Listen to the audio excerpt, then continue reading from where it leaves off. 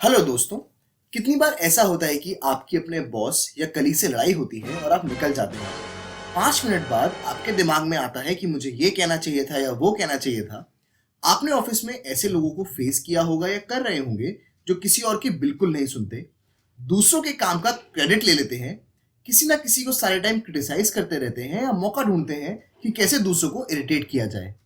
अगर ऐसे लोग हमारे कलीग या बॉस होते हैं तो लगने लगता है कि हमारी कोई वैल्यू नहीं है और फिर हम कोशिश करते हैं जॉब चेंज करने की या अपना डिपार्टमेंट चेंज करने का। बट ये लोग आपको हर जगह मिलेंगे, तो आप कब तक जॉब चेंज या डिपार्टमेंट चेंज करोगे? टफ लोगों को हैंडल करने से ही क्वालिटी ऑफ पर्सनैलिटी पता चलती है। तो चलिए देखते हैं कि कैसे इन लोगों को डील किया जाता है। आपको दो चीजें हमेशा याद रखनी है हर टेक्निक में जो हम बताएंगे। पहली, आप ऐसे लोगों को चेंज नहीं कर सकते तो कोशिश मत करिएगा। दूसरी, टफ सिचुएशन में जितना आप काम रहेंगे और पलट के जवाब नहीं देंगे उतनी ही अच्छी तरह से आप हैंडल कर पाएंगे। अब आते हैं टेक्निक्स पर, जो है 3P अप्रोच। फर्स्ट P है पर्सपेक्टिव। सामने वाले आदमी का पर्सपेक्टिव समझिए। टफ सिचुएशन में हम डिफेंसिव हो जाते हैं। जब आपको सामने वाले का बिहेवियर समझ नहीं आ रहा तो एक बार सोचना चाहिए कि वो ऐसा क्यों कर रहा है और अगर आप उसकी जगह होते तो क्या करते। इससे आप दूसरे की सिचुएशन समझ पाएंगे और उसका सॉल्यूशन भी निकाल पाएंगे। इसके लिए सबसे अच्छा तरीका है क्वेश्चन पूछिए उस सिचुएशन को समझने के लिए। जैसे सामने वाले ने बोला तुम्हारा परफॉर्मेंस बेकार है, तो आप पूछ सकते हैं आपको ऐसा क्यों लगता है? आपका ये पर्सपेक्टिव कैसे बना, मेरे बारे में या मेरे काम के बारे में? एक बार मेरे कलीग के बॉस ने उसे एक प्रेजेंटेशन बनवाई जो उसे अर्जेंट चाहिए थी। मेरे कलीग ने टाइम पर बना के दे दी। 3-4 दिन बाद उसके बॉस ने उसे बुलाया और प्रेजेंटेशन पर काफी बेकार फीडबैक दिया और उसे काफी डांटा भी। मेरे कलीग ने डिफेंसिव ना होकर जब ये जानने की कोशिश करी कि उसको बॉस ने ऐसा क्यों कहा, तो पता चला क्योंकि उसको उसके बॉस से बेकार फीडबैक मिला। ऐसा इसलिए हुआ क्योंकि जो पॉइंट्स मैनेजर को बोले गए थे प्रेजेंटेशन में डालने के लिए, वो उसने सारे मेरे कलीग को बताए ही नहीं थे। अब उसकी वो हैबिट थी पॉइंट मिस करने की। सो जैसे आपने देखा, यहां हमें प्रॉब्लम पता चल गई।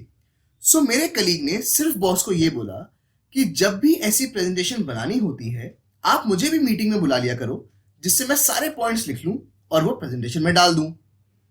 इससे हुआ ये कि अगर प्रेजेंटेशन अच्छी बनेगी तो लोग मैनेजर को प्रेज करेंगे और मैनेजर मेरे कलीग को।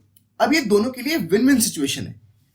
अब आते हैं सेकेंड पी पर, जो है पॉजिटिव। अपने दिमाग को बेकार स्टोरी मत बताइए। जैसी आप अपने दिमाग को स्टोरी बताते हैं वैसे ही आप बिहेव करते हैं। यहां स्टोरी का मतलब है किसी सिचुएशन को ऑब्जर्व करके उसका मतलब निकालना। अरे तू डरता बहुत है यार। ये हाथ ले, अपने दिल पे डाल और बोल all is well, all is well, all is well, all is well. अगर हमारा बॉस हमें कॉल करके कहे कि 5 मिनट में मेरे केबिन में आओ, तो कैसे हमारे दिमाग में सारे नेगेटिव ख्याल घूमते रहते हैं जब तक हम उसके केबिन तक नहीं पहुंचते। अब होता यह है कि जब हम डिफिकल्ट लोगों से डील करते हैं तो सिचुएशन चाहे पॉजिटिव भी हो, लेकिन सोचते हम नेगेटिव ही हैं। मान लीजिए हमारा दोस्त किसी बात पर हमसे लड़ाई कर ले या किसी चीज को करने से मना करे, तो हम क्या सोचते हैं? उसने मना किया है बट हमारे बारे में कुछ सही सोचकर ही करा होगा। लेकिन यही काम कोई ऐसा पर्सन करे जो हमें डिफिकल्ट लगता है तो हम उसे गाली देते हैं।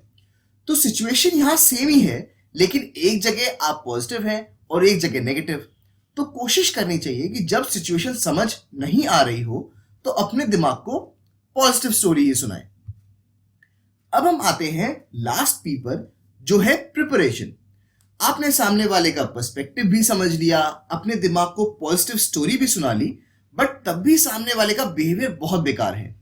ऐसे में आप कोशिश करिए उस सिचुएशन से कुछ सीखने की जो आपके करियर में आगे हेल्प करेगी। हमने कितने एग्जाम्पल सुने हैं जिसमें एम्प्लॉयज को निकाल दिया जाता है ये कहकर कि यू आर नॉट कॉम्पिटेंट और fit for the role, but वही लोग आगे जाके काफी अच्छा करते हैं। सो अगर आप कोशिश कर रहे हैं बट आपका बॉस टैलेंट नहीं पहचान पा रहा, तो इसमें आपकी गलती नहीं है और आपको इस केस में अपनी स्किल्स पर ध्यान देना चाहिए, ना कि बॉस के बिहेवियर पर। तो अगर आपके सामने भी डिफिकल्ट पर्सनैलिटी है तो आप 3P मेथड यूज करके उसे हैंडल कर सकते हैं। आई होप कि आपको आज का टॉपिक अच्छा लगा हो। वीडियो को लाइक एंड सब्सक्राइब जरूर करिए और हमें कमेंट सेक्शन में आप अपने फीडबैक भी दे सकते हैं। मिलते हैं नेक्स्ट वीडियो में।